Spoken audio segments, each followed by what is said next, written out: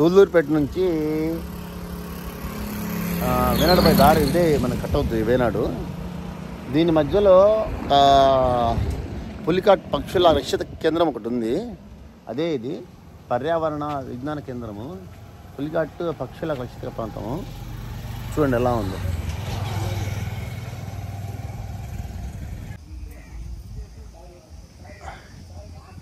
ఇది ఎంట్రన్స్. ఇది చూద్దాం లోపల ఎలా ఉందనేది.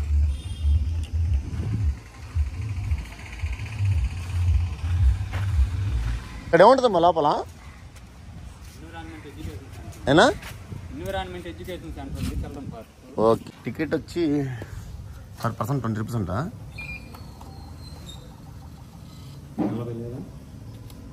చూడలేదండి.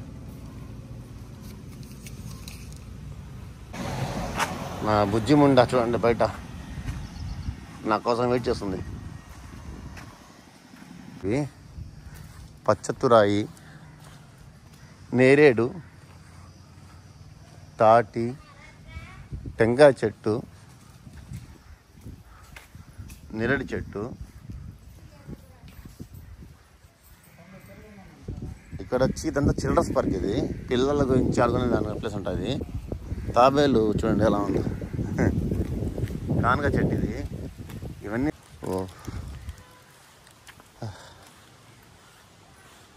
ఇక్కడంతా స్టాచ్యూ చేపిస్తున్నారు. ఇది వచ్చి కొల్లేరు సరస్వతి ఉంది కదా, వచ్చి కొంగలు ఇలాగే వస్తాయి. దాని పేర్లు అయితే నాకు తెలియదు, మీరు కామెంట్లో పెట్టండి కావాలంటే. టెంకాయ చెట్టు. ఇది వచ్చి పర్యావరణ విజ్ఞాన కేంద్రం అంట. లోపలికి చూద్దాం రండి. టికెట్ తీసుకున్నాము 20 రూపీస్ పర్ పర్సన్కి.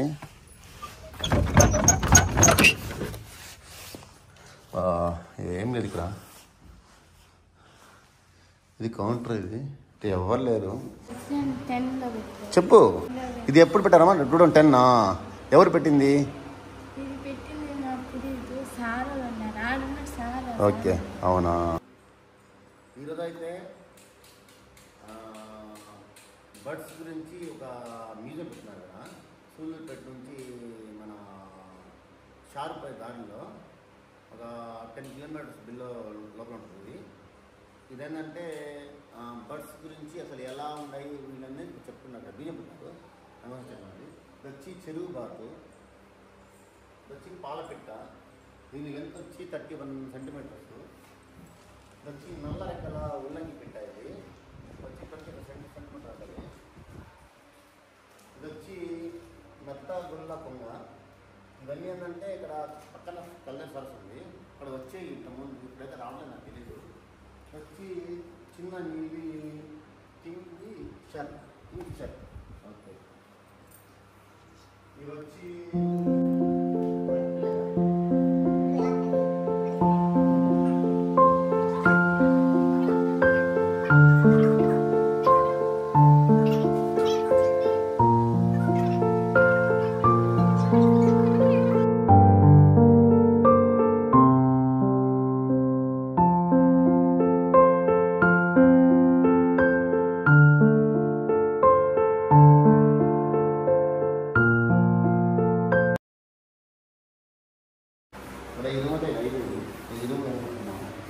ఇక్కడైతే ఆర్టిఫిషియల్గా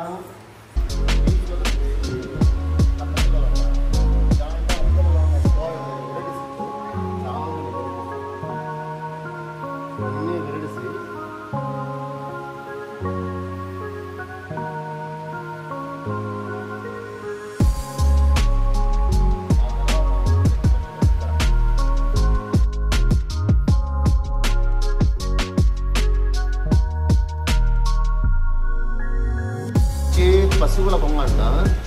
వచ్చి చుక్కల తిప్పి, అంటే చుక్కలు ఉన్నాయి కాబట్టి దగ్గర ఉంటారు.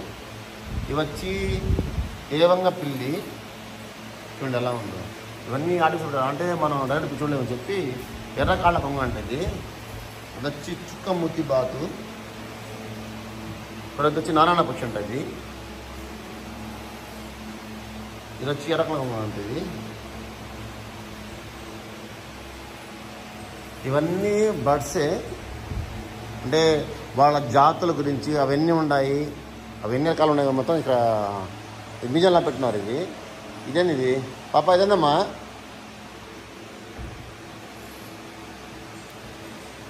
ఏందమ్మా ఇది? ఒక పక్షికి రెక్క గుడ్డు ఎలా పెడుతుంది, గుడ్డు పిల్ల లోపల ఎలా ఉంటుంది. ఫస్ట్ ఏదో చెప్పు, మళ్ళీ మళ్ళీ మళ్ళీ చూపించు. నేను లోపల రూమ్లోకి వచ్చాను, టీవీ ఉంది, ఆ పాప ఆన్ చేస్తుంది. మీ పేరమ్మా? రాధిక. అంటే సినిమా హీరో రాధిక. ఏయ్, నీ పేరు? హీరో నీ పేరు? Kavya. Nice name. Okay. Pulicat Lake. The Pulicat Lake, a coastal wetland, spreads across Andhra Pradesh and Tamil Nadu, is one among the 170 wetland network of India and is identified as a potential important bird area of the BirdLife International and as one of the coastal flyways used by a number of pelagic and coastal migrants, linking Point Calimere in Tamil Nadu with Chilika in Orissa. Pulicat Lake, a shallow brackish water lagoon declared as a bird sanctuary in the year 1976, formed out of backwaters of the Bay of Bengal, is the second largest brackish water lagoon in India, having an area of approximately 600 square kilometers and varies in depth of 1 to 3 meters. India has a strategic role in the Central Asian Flyway as it provides critical stopover sites to over 90% of bird species known to use the migratory route.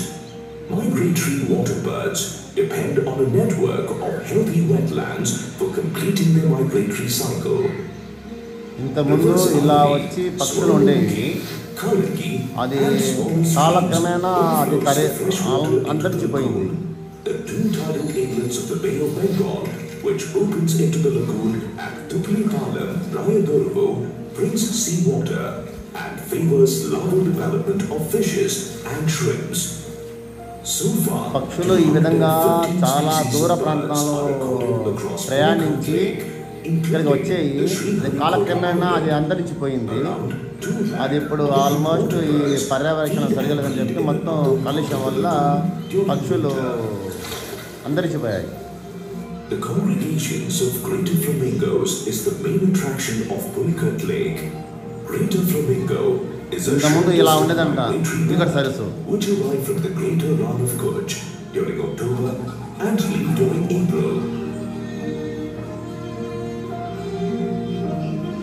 The arrival of shorebirds starts from August and continues till October, thereafter from December to January.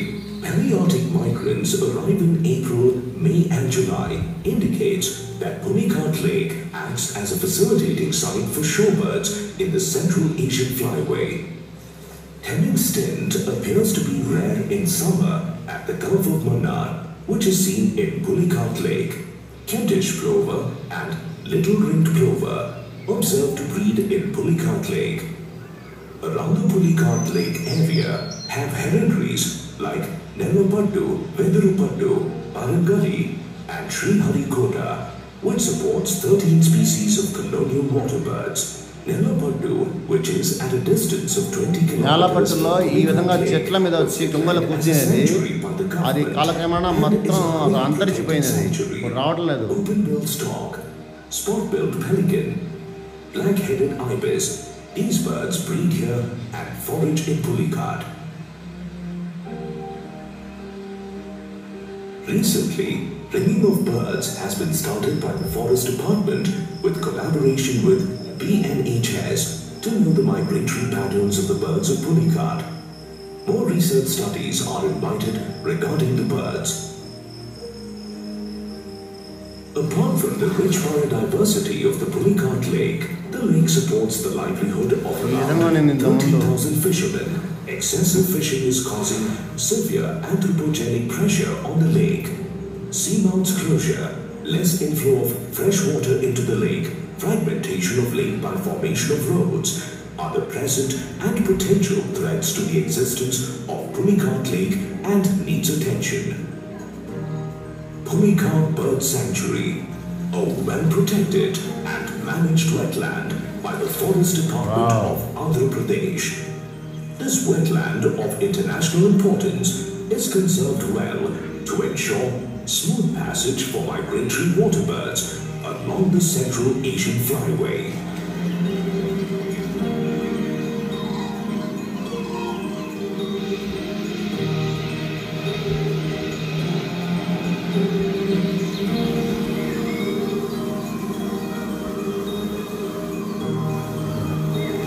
So ఇక్కడతో ఈ video అయిపోయింది.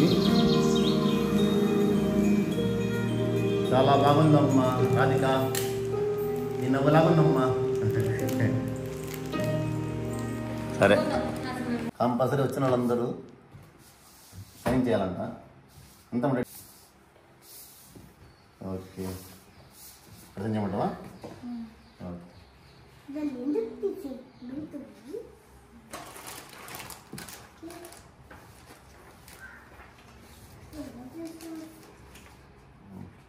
Okay. Thank you అమ్మా. Okay, thank you Radhika. ఏమ్మా ఇంకా బాగుంటుందా? Okay, ఇది పులికట్ సరస్సు, ఇది నేల పట్టు ఉంది.